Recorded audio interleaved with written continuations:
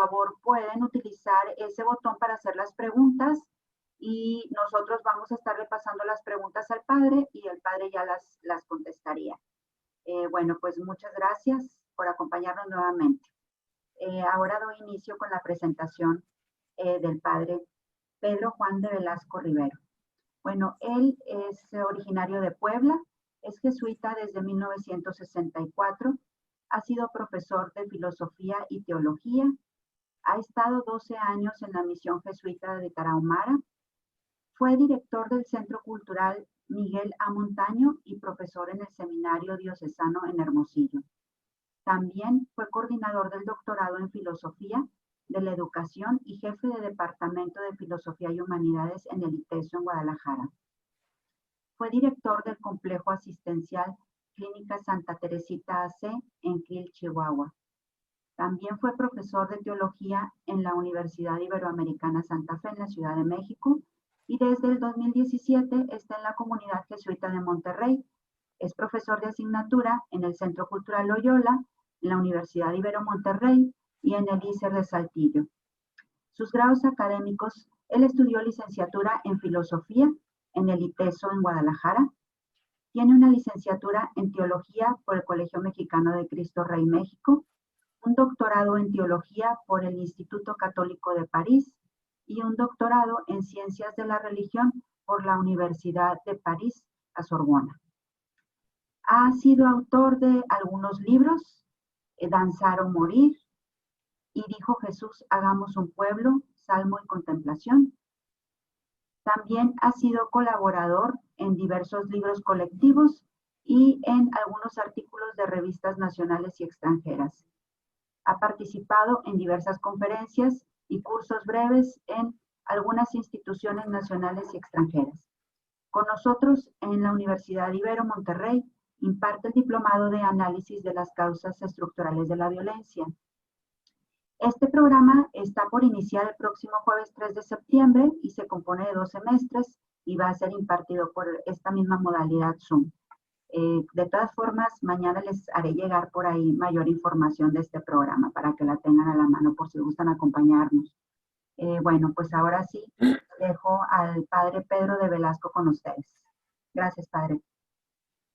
Bueno, pues muy buenas noches a todos los presentes que no puedo ver, pero veo sus recados. Les agradezco mucho su presencia.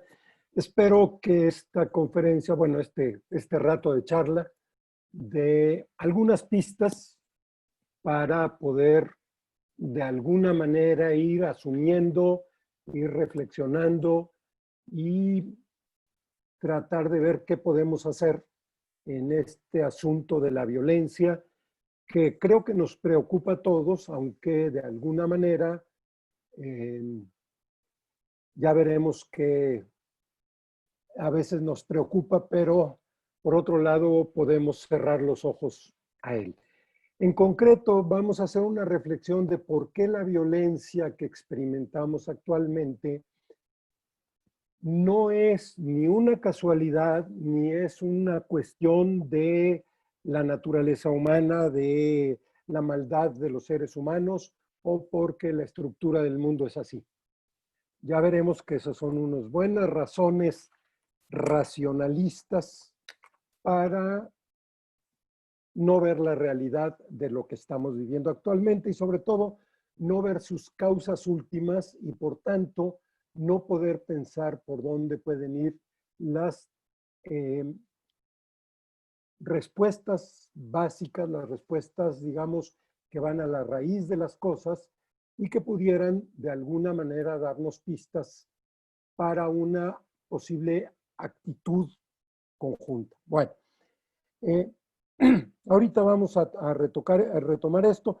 Simplemente, a ver, si es difícil reflexionar sobre la violencia en una situación como esta, porque además estamos en este momento sometidos a una violencia particular, que es la situación creada por esta pandemia, que aunque no es una violencia de la naturaleza, porque la violencia no es de la naturaleza, solo es de los seres humanos, aunque pueda haber fuerzas destructoras de la naturaleza, es otra cosa, pero no es propiamente una violencia. ¿Sí? Ya veremos por qué. Sin embargo, sí es una situación que nos produce a nosotros violencia y que, como toda violencia, puede repercutir en hacernos violentos. De hecho, parece que los índices de violencia familiar han subido bastante en este tiempo de la pandemia y del encerramiento. Y la violencia contra nosotros mismos, que se traduce en depresión, que se traduce en ciertos desórdenes, en desesperación, en inquietud, hasta en falta de sueño. Bueno, ¿por qué en esta situación reflexionar sobre la violencia? Porque incluso el COVID no es casualidad. Y el COVID está relacionado con esto que vamos a reflexionar. La gran, digamos, la gran parte de la violencia actual, la mayor parte de la violencia actual es una violencia generada por las estructuras mismas de la modernidad.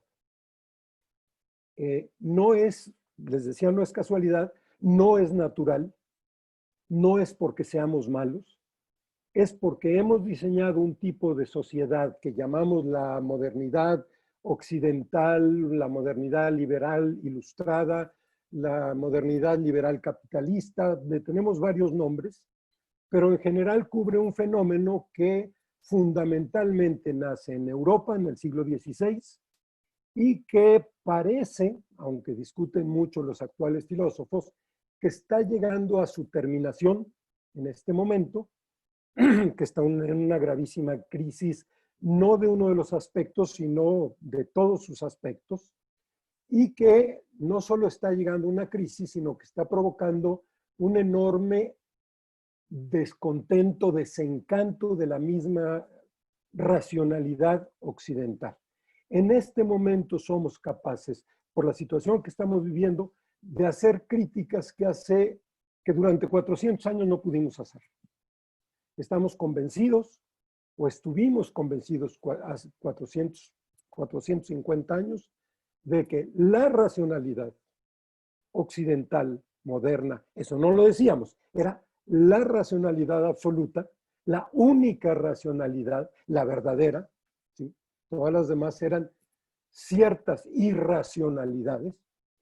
Esa racionalidad era la buena, era la que nos iba a llevar al futuro, era la que nos iba a llevar a la humanidad, era la que nos iba a llevar a la libertad, la igualdad y la fraternidad predicadas por la Revolución Francesa. ¿Sí?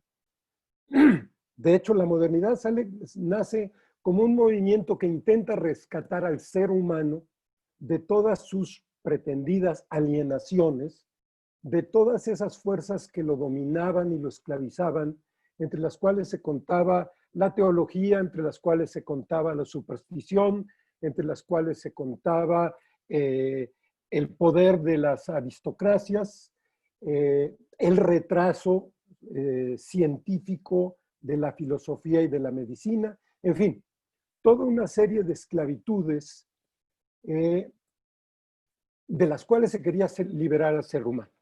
Entonces era el intento de poner al ser humano en el centro para rescatar esa humanidad que daba sentido a todo. Había que sacar a la religión y a Dios del centro, como habíamos sacado a la tierra del centro del universo, y poner a la razón, al ser humano, pero en concreto a la razón, como el sol que iluminaba todo el futuro, toda la humanidad, toda la realidad verdadera. Bueno, creo que ya a estas alturas de la historia hemos caído en la cuenta de que fraternidad e igualdad son un poco discutibles, que igualdad y hermandad, perdón, que libertad y igualdad no se llevan mucho, que Occidente quiso exaltar la libertad y acabó con la igualdad. Basta ver los desniveles actuales en el mundo de conocimientos, de economía, de política, para saber que la igualdad fracasó. Hablamos de libertad, habría que discutirla también. Y la fraternidad no aparece ni en el marxismo, que propugnaba la igualdad, ni en el liberalismo que propugnaba la libertad. Entonces, ya veremos que se han reducido terriblemente esas formas, la igualdad a homogeneidad, ¿sí? La libertad a capacidad de escoger y de portar armas, ¿sí? Y la fraternidad se ha reducido a desconfianza, a miedo, etcétera, etcétera. Ya veremos pues que ahí hay un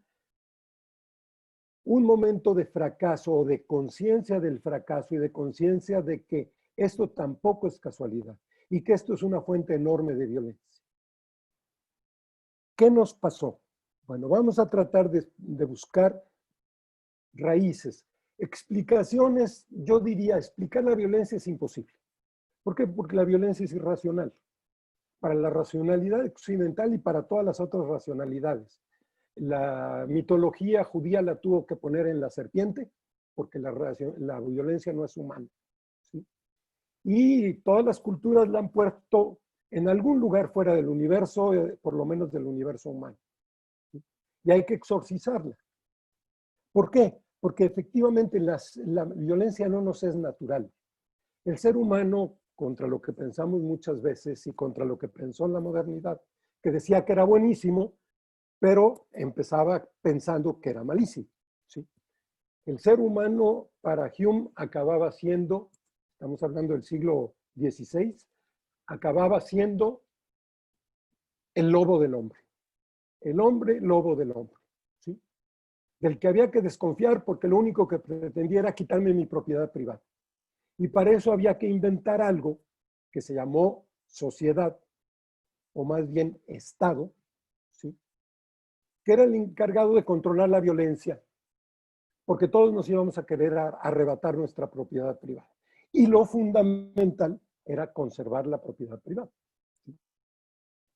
Aquí voy apuntando discretamente ciertas raíces de la violencia, ¿sí? Pero efectivamente el pensamiento, la racionalidad occidental es de por sí estructuralmente violenta, ¿sí? Ya decíamos, por lo pronto se constituyó en la única, universal, absoluta e incuestionable racionalidad humana. Y se quiso imponer en toda la globalidad del mundo. Claro, ya aquí mejoramos un poquito, ya no tenemos los métodos bárbaros de los romanos que trataban de imponerse ellos, no su cultura, no su racionalidad, a base de armas. Ahora tenemos otros métodos que ya analizaremos. Bueno, entonces, a ver, pero además sí quiero aclarar dos cosas. Bueno, la modernidad estamos considerando ese movimiento europeo que después podríamos decir que se contagia como un virus, ¿sí? O como un vicio. Se contagia primero a las colonias europeas, a los países colonizados por los europeos, a base de violencia, ahí sí, de violencia directa, y se contagia también posteriormente a países que no habían sido invadidos así, o a estos mismos países, se contagia por medio de métodos, podríamos decir, blandos, podríamos decir, discretos y suavecitos. Es decir, se contagia básicamente por seducción, se contagia por inducción de una mentalidad, se contagia por, a veces por pretendida ayuda humanitaria, ¿sí? Y se contagia, desde luego, por toda una propaganda perfectamente organizada que a ratos termina siendo, y un contagio que también termina siendo muchas veces por chantaje. O aceptas nuestros términos o te eliminamos. Entonces, pues más vale que aceptes nuestros términos de comercio, de educación, de política, etcétera, etcétera, ¿sí? Entonces, ahora, una cosa muy importante es caer en la cuenta de que la razón moderna occidental no se reduce al pensamiento, ¿sí? Razón moderna son los motivos, los intereses que tenemos, los motivos que tenemos como cultura occidental para hacer negocios, para plantar industrias en otros países, para hacer tratos comerciales, para llevar nuestros productos o para traer productos de otros lugares. Todo eso implica y se organiza a través de una racionalidad que podríamos llamar occidental, pero que se ha ido reduciendo terriblemente de ser una mentalidad abierta, occidental, que incluía muchos aspectos, se redujo primero a mentalidad científica. La única verdad que existe es la científica. Lo que no cabe en la verdad científica no solo no es cierto, ni siquiera existe. ¿Y qué tan convencidos estamos de esa trampa, de esa mentalidad, que ahora todavía los teólogos estamos queriendo probar la existencia de Dios por medios científicos? ¿Por qué? Porque seguimos creyendo que Dios tiene que estar sometido a nuestra razón científica. Y que si no entra ahí, no cabe en la realidad. Por eso no cabe en otros pueblos, por eso no cabe en otros mundos, por eso no cabe a la larga, no cabe ni la poesía, ni el arte, ni... En el fondo no cabe nada que no sea tecnocientífico, pero con una reducción posterior todavía más grave. No cabe nada que no sea tecnofinanciero. Para que exista actualmente la obra de arte, tiene que ser negociable y tiene que tener buen precio. Para que exista la educación buena, tiene que ser negociable y tiene que tener buen precio. Y tiene que tener controles monetarios empresariales. Los maestros tenemos que ser rentables. Podríamos ir viendo cómo esa racionalidad se va configurando o va configurando un mundo a su imagen y semejanza. ¿Sí?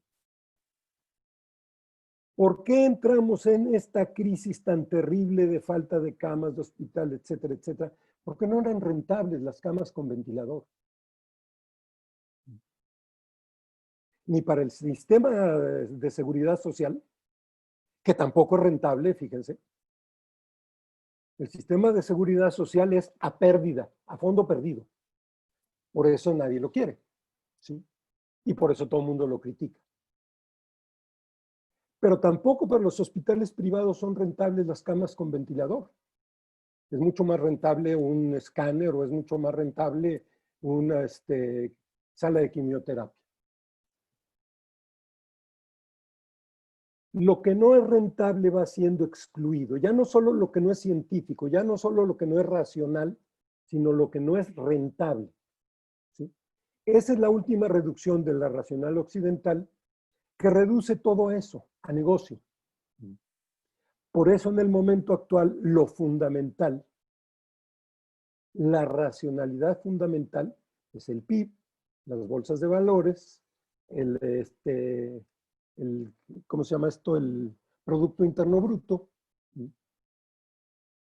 que nos lleva a cosas tan absurdas. Hoy en la mañana me estaba enterando de que en este momento, si consideramos todas las formas de dinero, no solo las convencionales, sino también los bitcoins y todas esas cosas, en el mundo hay miles de millones de dólares, es decir, de dinero, que sobran, aunque compráramos todos los bienes de este mundo. Es decir, que el precio de todos los bienes de este mundo no alcanza a acabarse la cantidad de dinero que existe. ¿Para qué sirve ese dinero? Para nada. Aunque quisiéramos comprar algo con él, no se puede. Ya no hay qué. ¿Sí?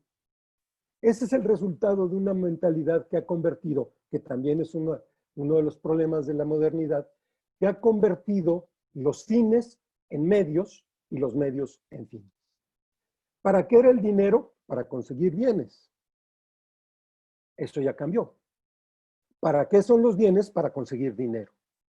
Los bienes ya no importan, son un medio.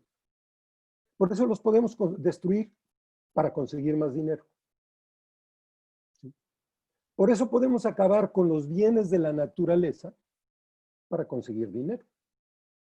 Aunque con eso estemos acabando con nosotros mismos. Eso es lo paradójico, ¿sí? Eso es una razón violenta, ¿sí? Y esa es una violencia racionalista que precisamente atenta contra su propia existencia. Es absurda, ¿sí? Esa economía es totalmente absurda. Es irracional, excepto para la racionalidad financiera.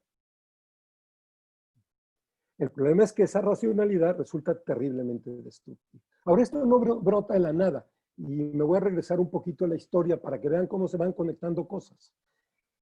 ¿Por qué llegamos a este tipo de racionalidad absoluta?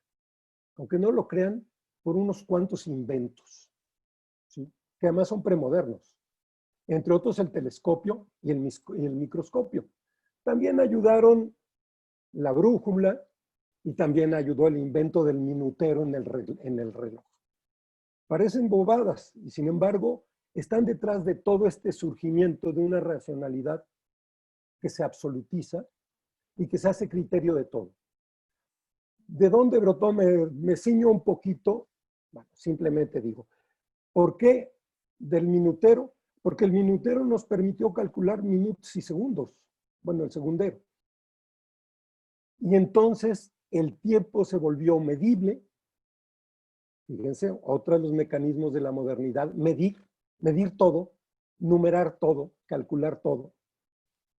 En esa época nace el cálculo matemático, ¿sí? La teoría de cálculo, Descartes de los inventores, ¿sí? Pero midiendo el tiempo lo podemos vender y el tiempo se vuelve oro. Ya no es vida, ya es oro y ya es negociable.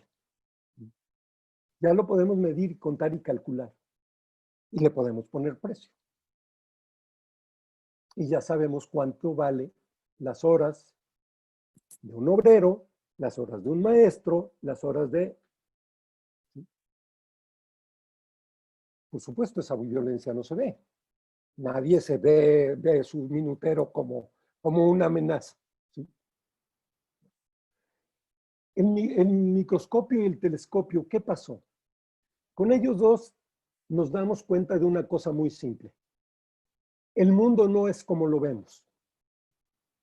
Los sentidos y la materia nos engañan. Lo único que nos revela la verdad del mundo es el microscopio, que nos enseña las cosas hasta en sus infinitos e ínfimos detalles, y el telescopio, que nos revela el cosmos hasta en sus máximos detalles. ¿Sí? Entonces no hay que fiarse del mundo. ¿Qué es lo único que nos puede decir que es verdad? La ciencia. La ciencia racional moderna, ¿sí? Que empieza precisamente después del telescopio y del microscopio y del segundero. ¿Sí? ¿Cómo puedo estar seguro de la verdad de algo solamente si mi razón me afirma en la verdad de ese algo? Pero como no puedo estar seguro de nada de lo que me rodea, entonces solo puedo confiar ¿en qué? En mi razón. Ahí nos encontramos a Descartes. ¿Sí? ¿Qué es lo único de lo que no puedo dudar? De mi duda, es decir, de mi razón. Fíjense qué absurdo. Mi razón es la que me dice si existo o no. Y me da seguridad en mi existencia. Pienso, existo. La razón se vuelve el criterio absoluto hasta de la propia existencia. Bueno, ya dijimos que de la existencia de Dios, también de la mía. ¿Sí? Entonces, la razón se vuelve la que va a determinar absolutamente todo lo que sucede. Y la ciencia se vuelve la única razón de la razón. Lo malo es que la ciencia empieza a quedar absorbida por la política y la economía. Y a la larga, la política acaba siendo absorbida por la economía. También me enteré hoy en la mañana en una conferencia de un maestro que quisiera invitar del ITESO, que se llama Ignacio Román, espero que me acepte a una conferencia para el curso, ¿sí? Que el fundador, el padre fundador, el más importante actor en la fundación de la Constitución americana, dice que el Estado y las instituciones políticas, la única institución política o nación política decente, es aquella de que se encarga de defender la riqueza de las minorías frente al deseo y la ambición de las mayorías. En eso consiste la democracia. Bueno, nomás para que veamos el origen de la democracia. Por supuesto, el origen de la política simplemente se lo copia a Hume, ¿sí? ¿Para qué es la política? ¿Qué es el Estado?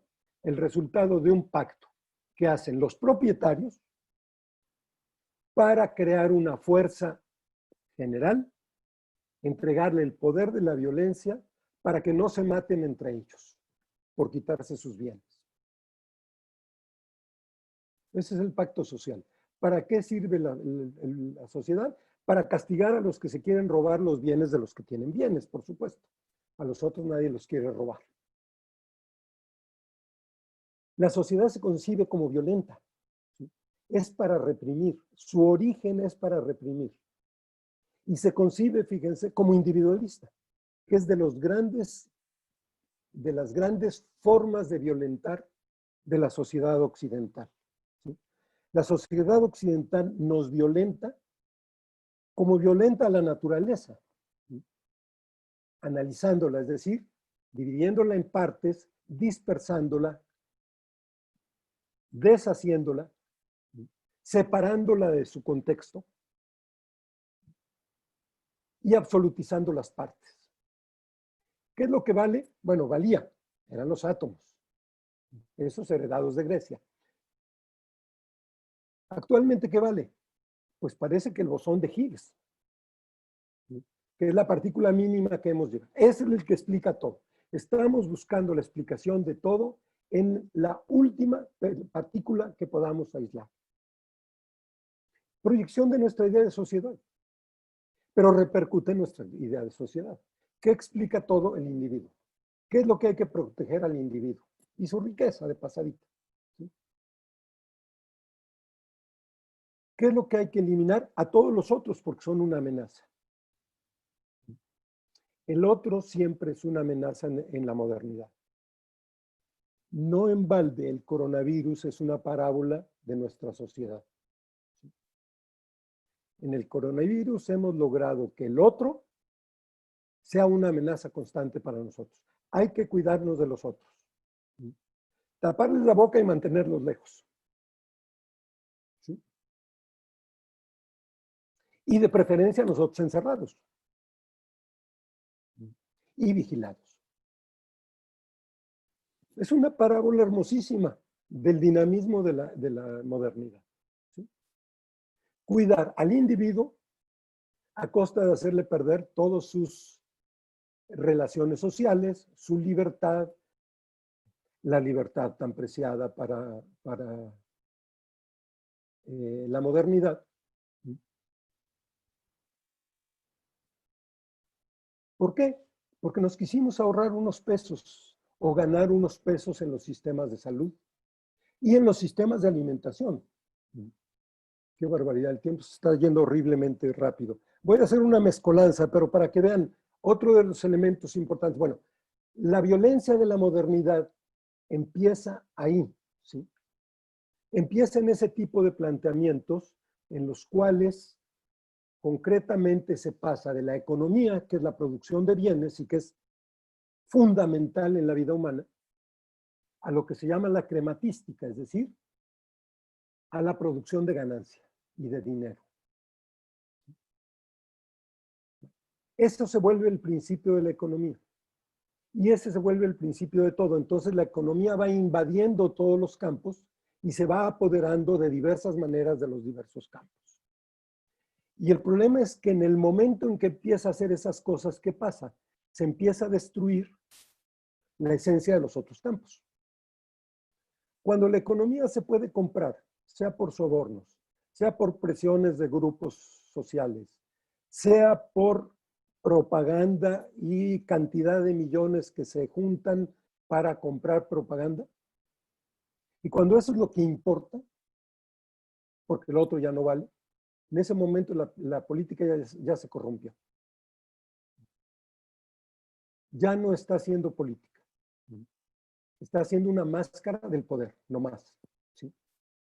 Y de un poder ejercido por quién y para quién. Me ahorro la respuesta, yo creo que ustedes la tienen. ¿Sí? Cuando la ciencia se vuelve válida en la medida en que la puedo vender en la bolsa y en la medida en que la puedo utilizar para aumentar mis ganancias, en ese momento la ciencia deja de ser ciencia. Se vuelve un mero instrumento del poder. Nos han contado el mito de que la ciencia de por sí es buena. Mentira. Es otra vez, volvemos a la absolutización. La ciencia está suelta de toda la maldad del mundo. ¿Sí? No está influida por nada. Ella es pura, santa, digna y digna de toda confianza. Mentira. La ciencia tiene una serie de finalidades perfectamente delimitadas y la mayoría de las veces no por la ciencia. Algunas veces por la sociedad. Generalmente por los que financian la ciencia. Bueno, ha habido una serie de escándalos de médicos comprados por las farmacéuticas para que desacrediten productos de otras farmacéuticas. Y no les quiero contar en el pánico del coronavirus todas las barbaridades que estamos viendo al respecto. ¿Sí? La ciencia influida por los políticos. Los presidentes hablando de cuáles son las medicinas e induciendo una pseudociencia que está destruyendo. ¿Sí? Pero bueno, aquí llegamos a un montón de cosas, ¿sí? Volviendo al ejemplo del coronavirus. Me enteraba también hoy en la mañana que el 73% de las muertes de coronavirus son de personas que tenían alguna enfermedad seria de tipo diabetes, obesidad o hipertensión. 73% de las muertes se deben a eso. Leamos, se deben a una sociedad en México, eso es en México, que tiene 7 de cada 10 adultos obesos. 70% de las muertes. Queda perfecto el asunto. ¿Sí? Pero además tiene 35% de diabéticos y tiene más de 10% de hipertensos o al revés. Ya, ahorita no sé muy bien el dato. ¿Sí? ¿A qué se debe eso? A una pésima política de salud pública. Pésima. ¿Sí? ¿Qué se hizo? ¿Por qué? Porque hay que defender la industria que produce bienes que son males. ¿Sí? En la mañana estaba pensando, nuestros tacos tradicionales estaban llenos de amibas. ¿Sí? Eran malísimos. Pero los resultados de las amibas en este país, primero, se curan muy rápido, baratos. Y tercero, duran muy poco tiempo. Los daños producidos por la Coca-Cola y las Sabritas no es anuncio. ¿Sí? La obesidad, ¿sí? No tienen virus, no tienen nada, están perfectamente sanitizadas y duran toda la vida. ¿Sí? Pero tienen harinas, tienen sales, tienen grasas suficientes para engordar al 70% de la población. Ayudamos con otras cosas, no hay que calumniar tampoco solo a Coca-Cola y a Sabritas, ¿sí? Que además entiendo que son la competencia una de otra. ¿Por qué? ¿Por qué se hizo el escándalo de que se prohibieran las Sabritas y las Coca-Colas a los niños en Oaxaca? porque se pierde el negocio. ¿Sí? Los niños son negocio. Este mismo autor, creo que él, o no me acuerdo si Noam Chomsky, que es completamente como un panzer respecto de la cultura de Estados Unidos, les recomiendo este libro que se llama Requiem por el sueño americano. 10 principios de concentración de riqueza y poder. Y hace, él o Nacho Román, no me acuerdo, hacen una cuenta espantosa. Es espantosa, digo, me da vergüenza decirla, pero hacen la cuenta y dicen, pues esto es lo lógico. ¿De cuánto cuesta un niño de la calle? Producirlo, nada. Mantenerlo, nada. No es rentable porque no hace nada, no obedece, no produce y no consume. Lo que sí es rentable son sus ojos, su hígado, sus riñones. Eso sí es rentable.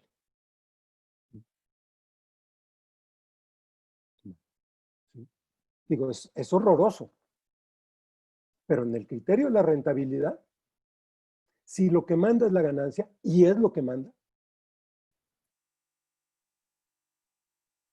eso es lógico. Es un cálculo perfectamente y muy efectivo además, que es otra de las trampas de la modernidad. ¿Sí? Ya hemos visto varias. Homogeneizar es una. ¿Sí? La razón que defendía al individuo y que defendía al ser humano y que defendía la libertad de los pueblos y la hermandad, ¿qué se ha dedicado a hacer? Homogeneizar. Primero hace una pulpa de todo en átomos y luego toma esos átomos y los homogeneiza en una materia, ¿cómo se llama? Una materia pura, homogénea, uniforme, ¿sí? La materia prima. Todo es materia prima. Todo se puede transformar en lo que queramos, hasta el mismo ser humano. Ahora estamos soñando con transformarlo en máquina. ¿Sí? Ese es el futuro de la humanidad que plantea la racionalidad moderna. El transhumanismo o el posthumanismo. ¿Qué vamos a hacer? Transferir nuestros sentimientos, nuestras ideas y nuestros deseos a una máquina para que dure toda la eternidad. Y ella se dedica a pensar. Digo, a mí no me inviten a ese futuro, por favor. ¿Sí? Pero eso es violencia. Eso ya es un proyecto violento, destructor de la humanidad. ¿Sí? Y si enfocamos la tecnología a eso, no les cuento dónde vamos a ir a dar. Pero es la tecnología que empieza a ser rentable. ¿Sí? El mundo virtual, en donde cada vez estamos menos nosotros, es lo más rentable en este momento. ¿Quiénes se han hecho multimillonarios sobre su multimillonariedad en estos meses? Google, Amazon, Apple, etcétera, etcétera. Uber y B&B, aunque ya se le cayó el negocio. Es decir, esto está significando una concentración de dinero, una concentración de poder, una homogeneización del género humano. Lo peor de Internet no es la pornografía, eso es un caramelo de niño. ¿Sí? Lo peor de Internet es precisamente la homogeneización de lenguajes, de costumbres, de gustos, de intereses, de consumo y de producción. Criticábamos a China porque uniformaba a la gente. También China tiene sus uniformes, ciertamente. Y su tendencia actual es asumir todas las bondades de la modernidad occidental para pelear con sus mismas armas. Pero eso estamos haciendo con Internet. ¿Sí? Eso estamos haciendo con la literatura. Libros que no se venden en 3 meses se queman, punto, en las editoriales.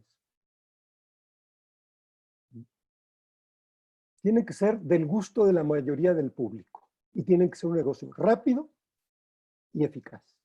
Porque ese es otro de los problemas, la eficacia. Hay que ser eficaces. ¿Para qué? No importa. Es algo que justifica la violencia de la razón occidental. Es muy eficaz. Europa fue perfectamente eficaz en esclavizar, en conquistar, en expoliar.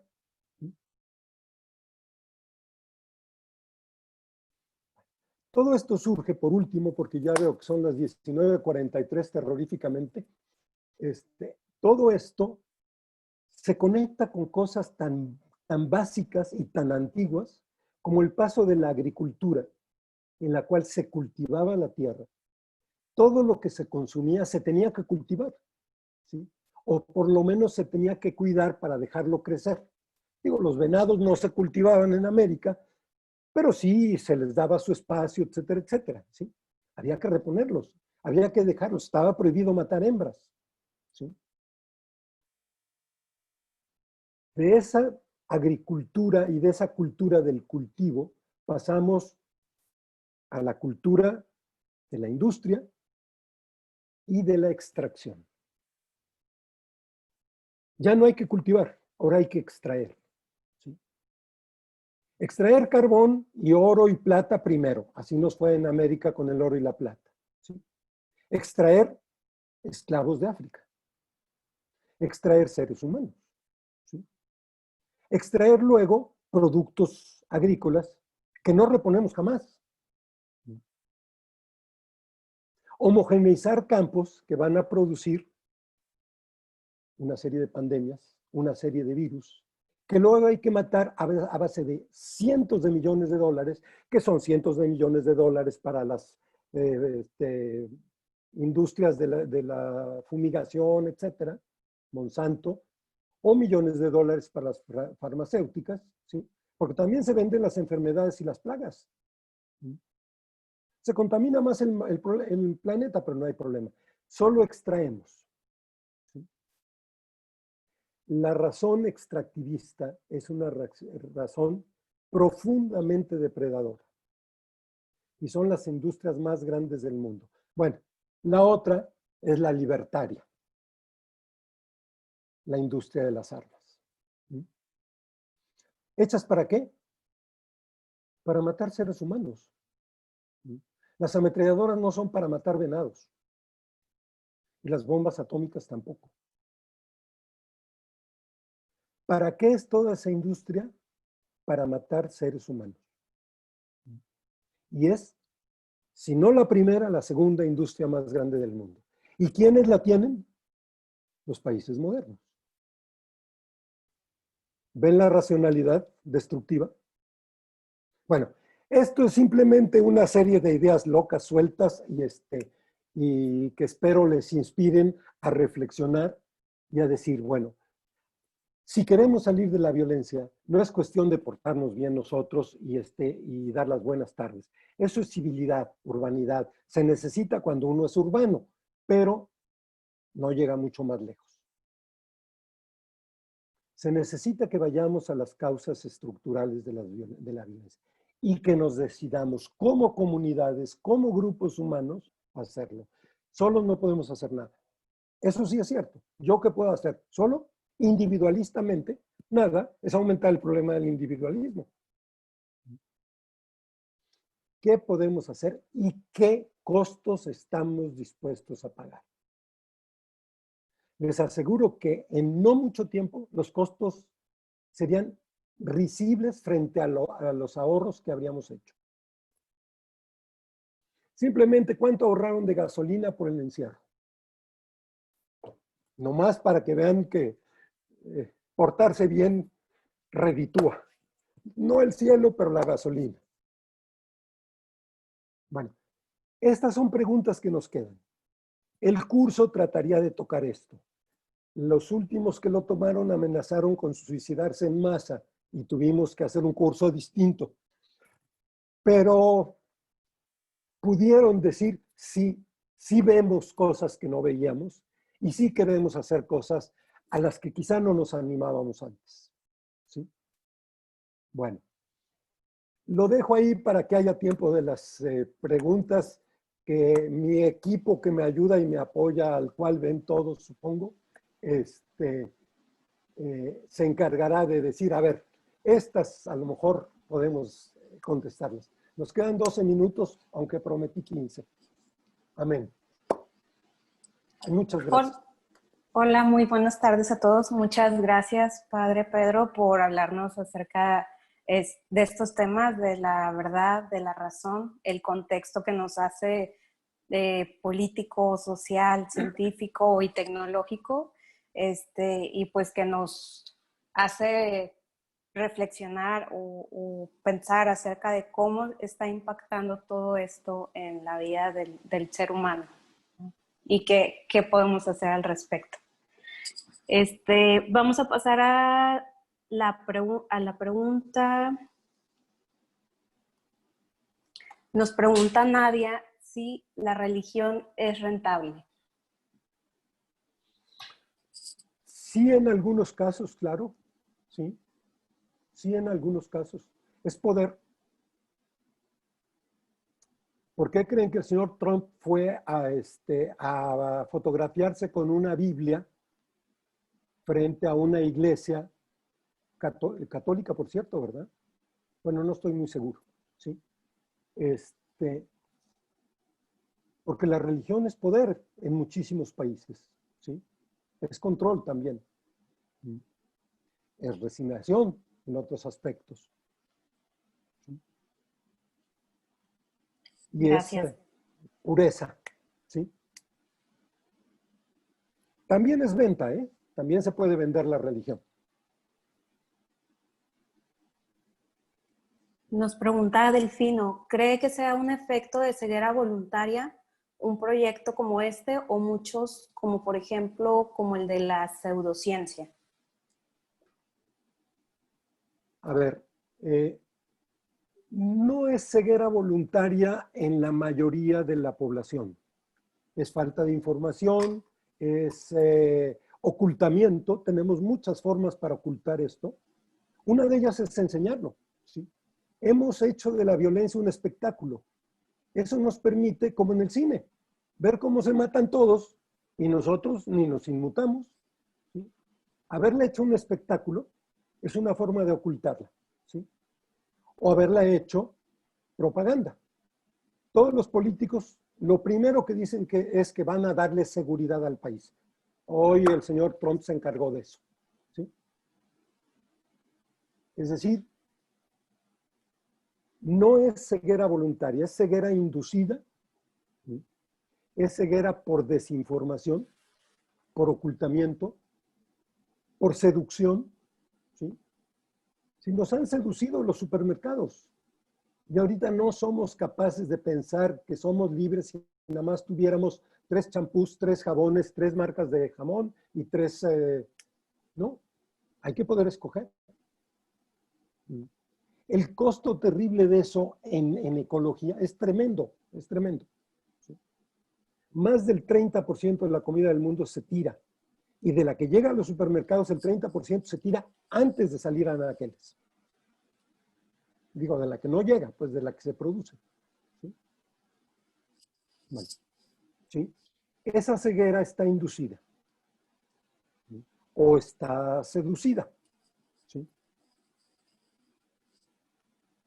Y nos da miedo porque no somos capaces de renunciar a nuestros pequeños privilegios también, eso es cierto. A mí me tiene muy nervioso eso de que hay que dejar de comer carne. Pues sí, pero hay que dejar de comer carne. Ahora, ¿eso no va a resolver el problema? No. Mientras la carne sea negocio. ¿Alguna otra pregunta? Sí, Sonia nos pregunta, ¿por qué tanta insistencia en la destrucción humana? En el fondo, porque una de las formas de aumentar la ganancia, fíjense qué terrible, es disminuir la población. ¿Sí? Ahora los países más poderosos se están dando cuenta de la barbaridad de eso. Pero la teoría es esa, Malthus, para acabar pronto. ¿Sí? Y hubo economistas en los 1970s que llegaron a decir que para que la economía funcionara, Había que eliminar al 90% de la población humana. ¿Sí? Por supuesto. ¿Sí? Ese es un problema fundamental.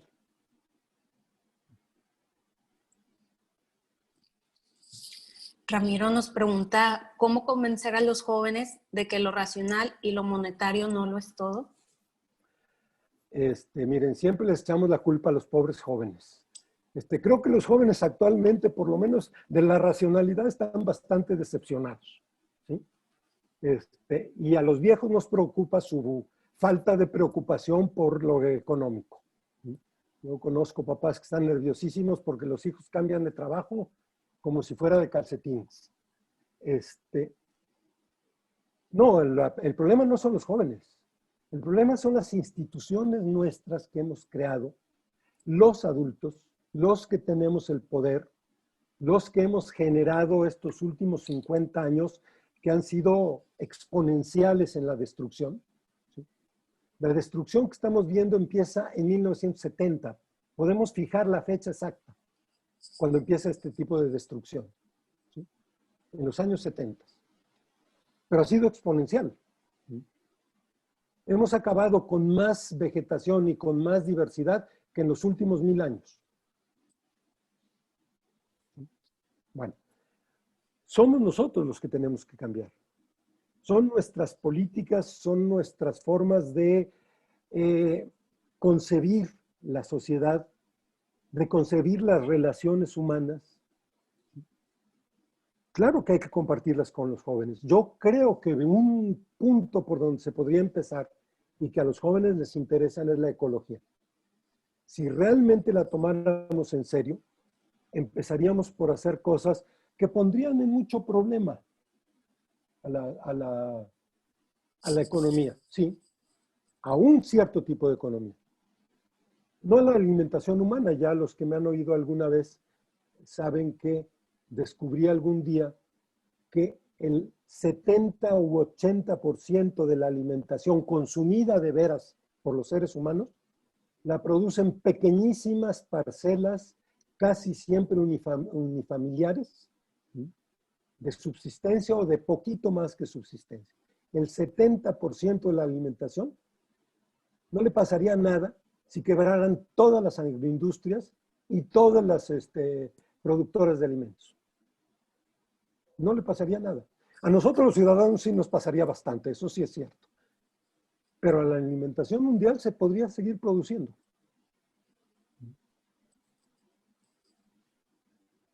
Gracias. Tenemos que cambiar. Porque además, fíjense, no es toda la sociedad, no son todos los jóvenes. Es un grupo privilegiado de los países ricos y de las clases más ricas en los países ricos y pobres, ¿sí?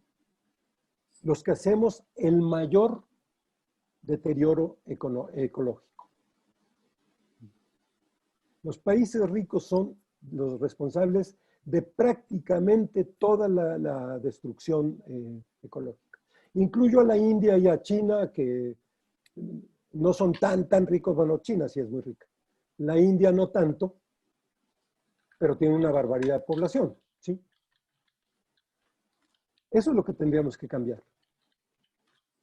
Yo creo que la ecología sería un buen punto de partida, pero esa es mi ilusión.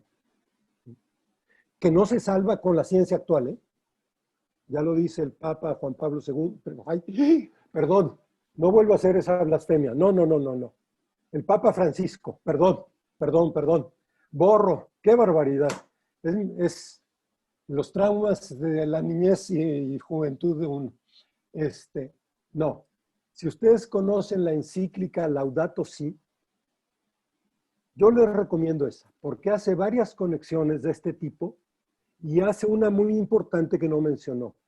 Está intrínsecamente conectada la explotación de los seres humanos con la explotación de la naturaleza. No se pueden separar. Explotar a unos es explotar a la otra y viceversa. ¿Sí?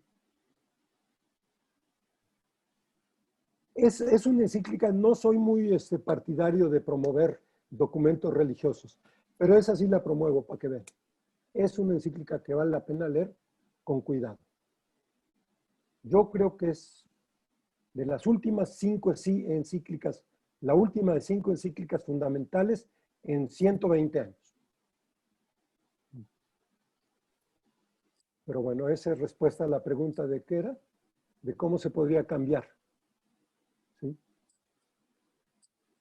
Ok, tenemos una pregunta relacionada con lo que comenta, padre. Es de Ariadna. Pregunta, como contrapeso al poder y a la depredación, ¿ves que el movimiento feminista a nivel internacional puede oponer resistencia, sino proponer un nuevo paradigma de relacionarnos entre nosotros y nosotras con el medio ambiente? Yo creo que el movimiento feminista es un punto que está olvidado totalmente en la agenda de la modernidad, ¿sí? No solo olvidado, reprimido. ¿Recuerden cuándo empezó el voto en México de las mujeres? Bueno, investíguenlo. Yo medio me acuerdo. Yo creo que solo en la medida en que las mujeres no pretendan ocupar el lugar de los hombres. Porque ocupar el lugar de los hombres modernos es ocupar el poder, la violencia. La cuestión del patriarcado a mí me preocupa menos, ¿sí?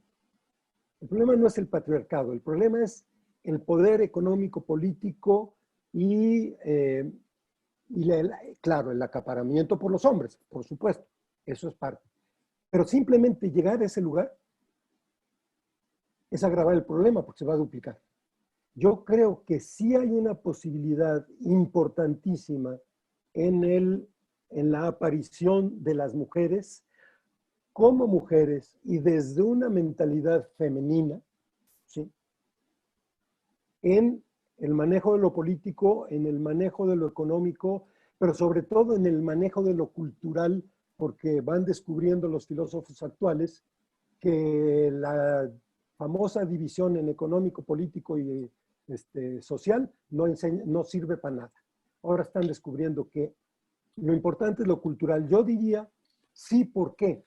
Porque es ahí donde se gestan los motivos, las mentalidades, las moralidades en el buen sentido de la palabra, las costumbres que pueden modificar a una economía, a una política o a una tecnociencia vueltas locas porque se soltaron de la sociedad y de su control. ¿Sí? Se hicieron absolutas, es decir, absoluto quiere decir suelto. ¿Sí?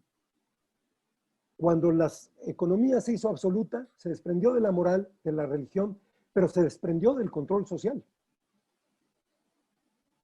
Entonces nadie la controla, se controla ella misma. Y a la ciencia le pasa lo mismo. La ciencia dice lo que es verdad ella misma.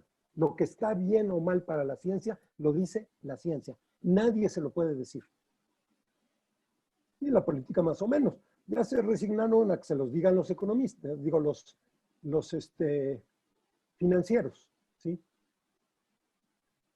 El problema no es controlar a la ciencia o a la tecnología, el problema es generar dinamismos comunitarios, fíjense, que luego se puedan integrar socialmente, que puedan tener realmente un peso en el diseño de nuestros comportamientos sociales que incluyen la economía, la política, la ciencia, la educación, la comunicación, la moral, etcétera, etcétera. Si hubiera mujeres con mentalidad de mujeres en esto, el mundo cambiaría, ciertamente. Como si dejáramos entrar a los indígenas y a los pueblos autóctonos. La sabiduría del sur que dice Boaventura de Sousa, ¿sí? Hay una sabiduría que sistemáticamente hemos rechazado, ¿sí? Y precisamente es la que nos podría ayudar a salir de nuestro individualismo terriblemente destructor, acaparador, excluyente. Es la que nos podría ayudar a salir de nuestra tecnocracia y tecnofinanzas, de nuestra incapacidad de comunicación, son los que guardan los restos de comunidades y tradiciones en que se convivía. Antes de hacer negocios, antes de hacer, que por lo mismo se tenían formas de protección social que no se vendían. Podemos pensar en los tequios en Oaxaca, podemos pensar en la corima en Tarahumara, podemos pensar en un montón de inventos que ha hecho la humanidad, precisamente para poder comer gratuitamente, para no tener que ganar dinero para tener derecho a la vida. Si somos coherentes con la racionalidad occidental que ha usado a San Pablo a su gusto, de que el que no trabaja, que no coma, vamos haciéndolo. Ustedes dejan morir a sus bebés y dejan morir a sus ancianos que no trabajan. Órale, el que no trabaja, que no coma. Como un dato significativo, también hoy me enteré, ya con esto creo que cerramos, antes de que me regañen, hace 4 o 5 años, en el cálculo de las fortunas de los 4 personajes más ricos de México, no creo que tenga sentido decirlo, pero si lo quieren, luego en la clase se los digo. Esas 4 fortunas alcanzaban para pagar los salarios mínimos de 3 millones de personas constantemente, sin perder un centavo de ganancias. Así de absurdo. Y estamos llorando porque se perdieron 100,000 empleos. ¿Cómo es posible? Si hay fortunas que pueden pagar 100,000 empleos a lo largo de toda la vida de los dueños, en que gracias a sus intereses no perciben ningún daño, ningún problema, ¿sí? Pueden conservar la misma cantidad de dinero que tienen ahorita. El señor, ¿cómo se llama? El que está, el de, ¿es Amazon? No, es de Google. Tan buen benefactor. Esas fortunas se acaban casi de aumentar en un 25-30% en 3 meses. Fortunas de 60-70 mil millones de dólares, que pasan 80-90 mil en 3 meses. ¿Ustedes saben cuántos salarios mínimos de México se pueden pagar con 30 mil millones de dólares? Todos, no hay problema, todos. Y como los de la mitad de América Latina también. Con las puras ganancias de 3 meses de estos señores. ¿Tiene sentido? Que además no pueden comprar nada con eso, ¿eh? No hay bienes en el mundo para que se lo gasten. Bueno, puede que uno solo sí se lo pueda comprar. ¿Qué hace con eso?